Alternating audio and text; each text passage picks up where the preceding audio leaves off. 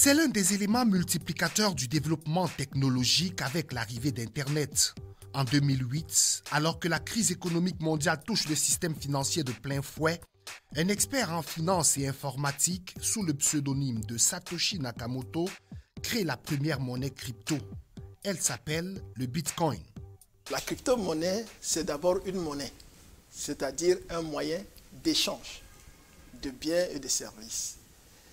Et quand on dit crypto-monnaie, c'est une monnaie virtuelle parce qu'elle est non matérielle. Mais sur le plan technique, on parle de crypto-monnaie parce que pour matérialiser cette monnaie-là, il faut utiliser ce qu'on appelle la cryptographie, c'est-à-dire un agencement de beaucoup de signes qui vont donner chaque fois un résultat. Il y a le troc, il y a les pièces, il y a eu des billets de banque qui sont toujours là d'ailleurs. Ensuite, il y a les cartes bancaires. Après, vous avez aujourd'hui mobile money, d'accord? Vous avez des banques en ligne telles que les PayPal, les Solid Trust Pay, etc. Et la crypto-monnaie. Ce sont toutes les formes de l'évolution de la monnaie. Donc aujourd'hui, les crypto-monnaies qui sont les monnaies virtuelles, certains parlent de monnaie numérique, d'autres parlent de monnaie digitale, sont juste la forme la plus évoluée de toutes ces formes que je viens d'énumérer. Et vous voyez qu'aucune des anciennes formes ne disparaît totalement. On a encore le troc aujourd'hui, on a les pièces, mais la question qui est intéressante, c'est qu'à un moment donné, il y a quelque chose qui va prédominer et nous sommes vraisemblablement à l'ère du numérique, la 4e révolution du digital, qui va donc être conduite surtout et soutenue par les monnaies digitales, les crypto-monnaies. Rapidement se forme une communauté d'utilisateurs liée à travers un système baptisé la blockchain.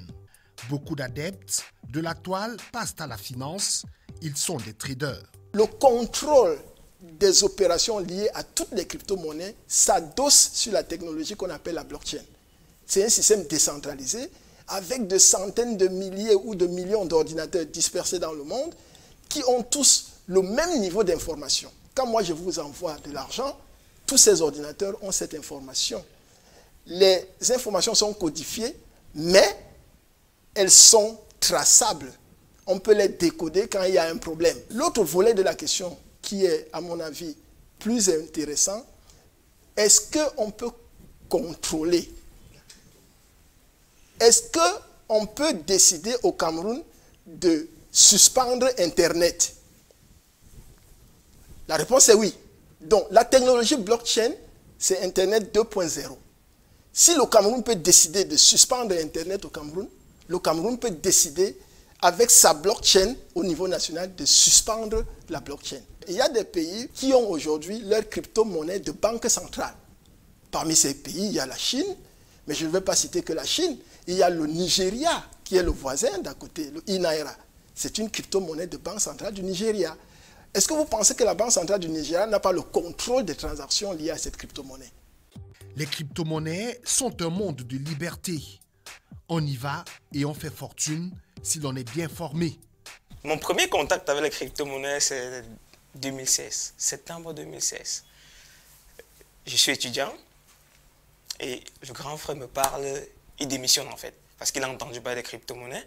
Il va sur le net, il tape un peu, il se rend compte que les Bill Gates ont investi 75 millions de dollars dans le développement de la blockchain et tout cela. Après ça, il démissionne. Il entre dans ce qu'on va appeler business en ligne. Parce qu'il faut dire, au départ, le Bitcoin, on récompensait des personnes en Bitcoin parce qu'ils faisaient des jeux en ligne. Donc, il se lance dans des business en ligne et il me parle de ça. Il dit, OK, tu peux venir investir chez moi. Tu peux venir mettre, peut-être, c'était quoi, 12 000 francs à l'époque. Tu mets 12 000 francs, il y a un petit système de tontine en ligne. C'était Zaphone à l'époque, je crois. Et je me dis, bon, pourquoi ne pas faire? Mais surtout qu'il me cassait les oreilles avec. Vous voyez, je n'avais jamais entendu parler de crypto-monnaie en 2016. Le grand frère me parle comment, juste pour dire, bon, c'est le grand frère qui a parlé, je prends 12 000 francs, je lui remets. En réalité, en 2017, je me trouve un peu coincé en tant qu'étudiant, financièrement. Alors, je reviens vers le grand frère, je demande, mais tu m'as pris 12 000 fois, tu as mis sur quelque chose là, ça à quel niveau actuellement?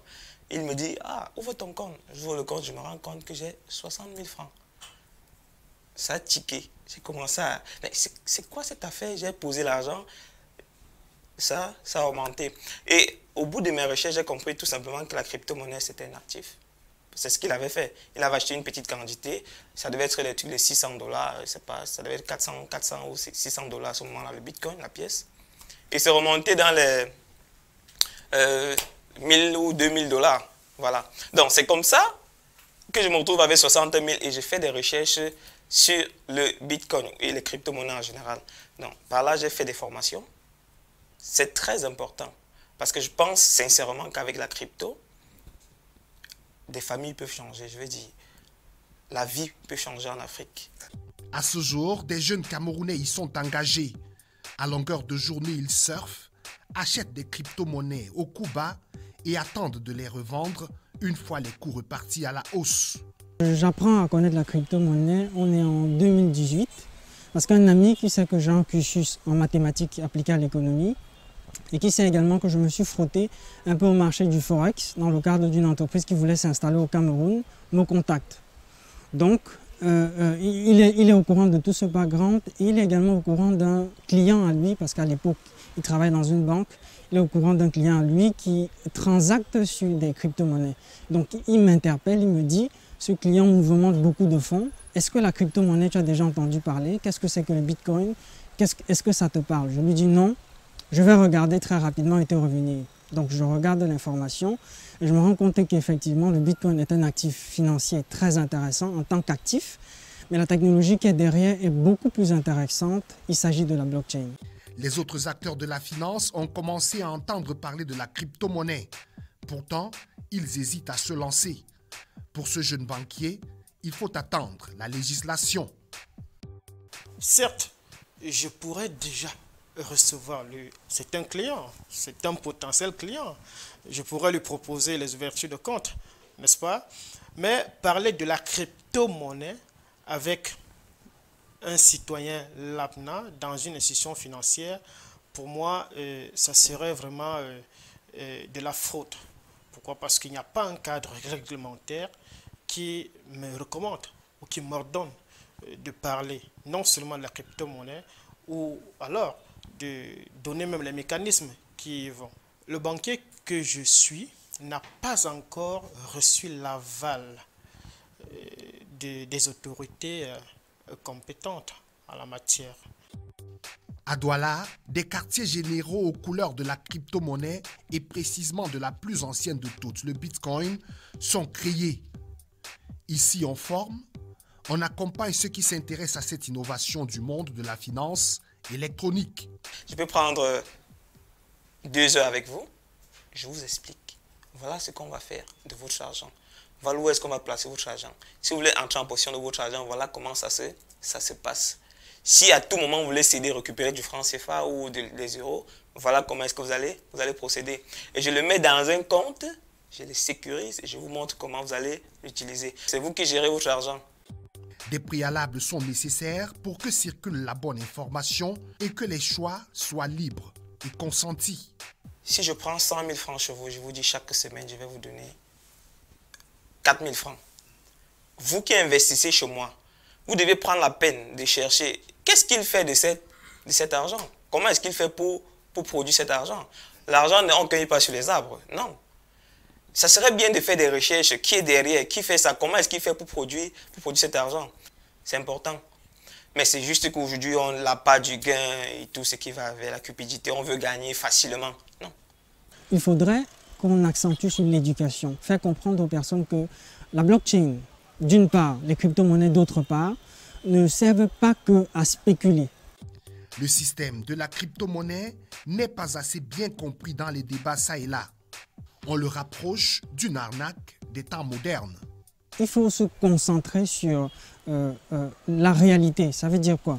On a un actif, l'Imocoin, en tout cas, il est désigné comme étant un actif. Il faudrait qu'on sache déjà effectivement, est-ce que c'en est un, au sens financier du terme, est-ce que c'est effectivement un actif?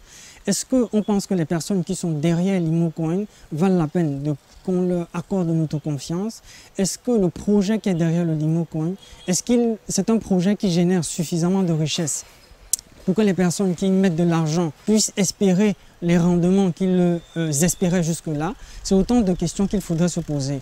C'est ce qu'on appelle de façon générale l'analyse fondamentale, c'est-à-dire l'analyse qui permet de déterminer la valeur intrinsèque d'un actif, entre guillemets.